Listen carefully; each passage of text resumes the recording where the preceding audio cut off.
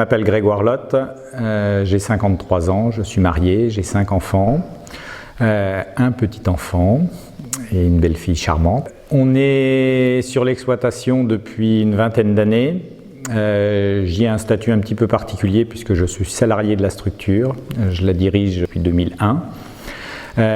Et cette exploitation appartient à une famille qui était des anciens sucriers dans le village d'à côté qui s'appelle Coudin. Et donc ce sont ce qu'on appelait dans la région des fermes sucrières. Toute l'activité de la ferme a été orientée vers cette production de sucre depuis les années 1870 à peu près. Depuis le début du XXe siècle, le périmètre de l'exploitation n'a quasiment pas bougé et c'est une exploitation d'à peu près 900 hectares. Qui s'est fait aussi par le regroupement de différentes petites fermes autour, et on a une grande particularité, c'est que ces 900 hectares se touchent. Toutes les parcelles sont jointives et donc on a la totalité de la ferme dans un rayon de 2,5 km par rapport au centre de l'exploitation. On est sur une région qu'on appelle le plateau Picard, l'extrémité du plateau Picard, juste avant qu'on tombe sur la vallée de l'Oise qui passe dans Compiègne, dont on voit les toits quand on passe de l'autre côté du mur. Et donc cette particularité géographique fait qu'on est sur un bout de plateau avec une hétérogénéité de terre. Donc il n'y a pas une parcelle homogène. Partout on a une zone avec un peu de cailloux, une zone avec un peu de craie, une zone avec des argiles, puis on passe dans une zone avec des limons battants. Voilà. Et globalement la profondeur des sols se situe entre 30 et 2 mètres. On est bordé par 2 rivières, donc l'Oise, puis une autre rivière qui s'appelle la Ronde, qui passe dans le village de Coudin. Et donc les deux se rejoignent juste à l'entrée de Compiègne, l'est de Compiègne, et ça influe sur la climatologie du secteur.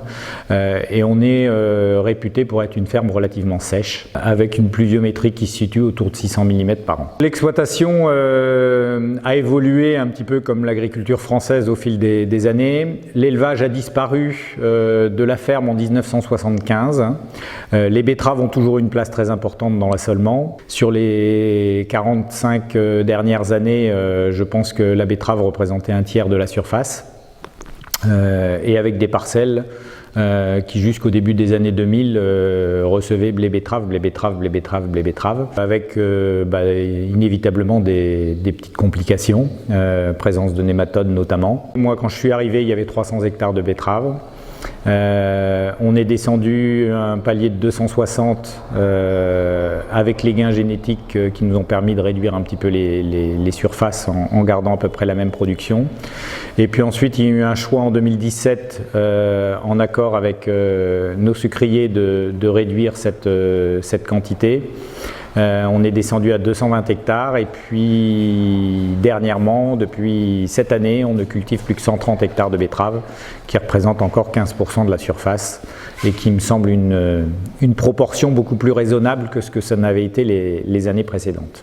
Sur l'exploitation, je ne suis pas seul, j'ai une équipe de 8 salariés permanents avec moi. J'ai un chef de culture qui m'épaule au quotidien, puis donc des salariés de plus en plus sont sensibilisés aux problématiques agricoles et qu'on essaye de former au quotidien pour leur faire prendre conscience des enjeux de demain.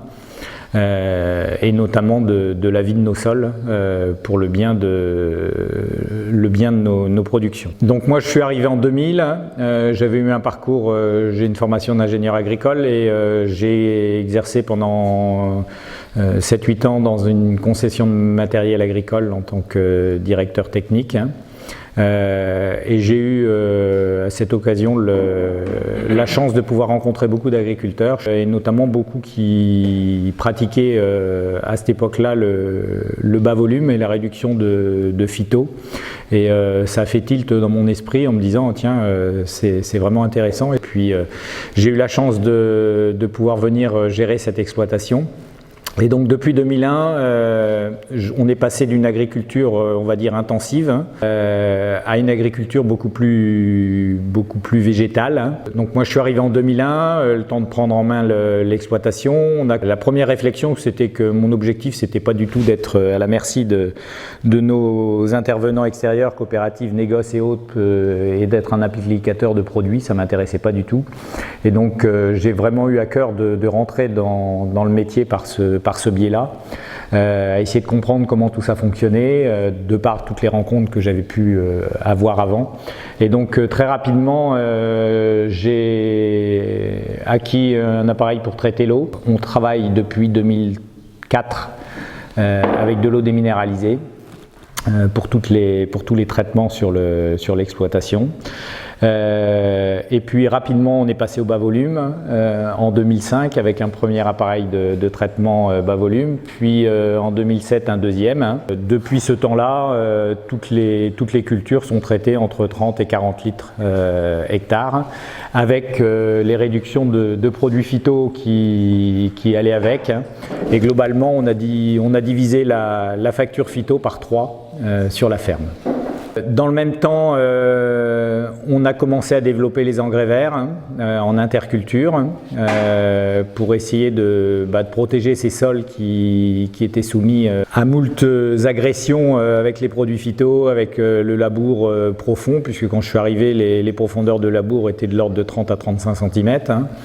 Et donc petit à petit ça s'est fait, on a intégré le travail simplifié, tous les blés ont rapidement été implantés sans labour. On a relevé les profondeurs de labour à 25 cm. Donc introduction des engrais verts, au début très simple, c'était de la moutarde antinématode compte tenu des problèmes qu'on avait sur la ferme. Puis petit à petit on a introduit de l'avoine avec la moutarde, et puis de la facélie, et puis du tournesol, et puis du trèfle. Et aujourd'hui on est avec des mélanges en général d'une dizaine d'espèces, du sarrasin, des févroles, et toujours un peu de graminées également dedans. Le labour a disparu progressivement. On a remplacé ça par des TCS, et puis on arrive petit à petit vers le semi-direct, avec la problématique chez nous de pouvoir intégrer dans le semi-direct les cultures industrielles que sont la pomme de terre et la betterave. Au niveau des cultures donc présentes sur la ferme, c'est assez diversifié. Donc il y a les céréales, blé, escourgeon, orge de printemps, maïs et seigle. J'y reviendrai après pour ces deux dernières.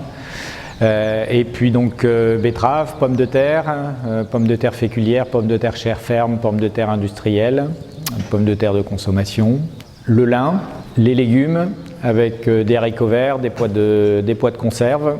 Il y a également des pois d'hiver et des pois potagers de printemps en semences. Comme je le disais, le labour a disparu complètement. Maintenant, on va dire qu'on laboure encore entre 30 et 50 hectares maximum par an. Aujourd'hui, c'est plus une réponse agronomique. On s'adapte et aujourd'hui, la problématique qu'on a aujourd'hui, c'est que notamment pour la production de haricots verts, qu'on sème en général au mois de mai, cette production est soumise à des attaques de mouches du semis, et que malheureusement il n'y a plus de chimie autorisée pour pouvoir combattre cela, et que le labour a été aujourd'hui la seule solution que j'ai trouvée pour enfouir les résidus et éviter que ces mouches viennent piquer dans les résidus et ensuite attaquent les germes des haricots. Ces dernières années, donc on a continué à travailler toujours très intéressé par l'agronomie, le développement de ces engrais verts qu'on détruit aujourd'hui de plus en plus tard.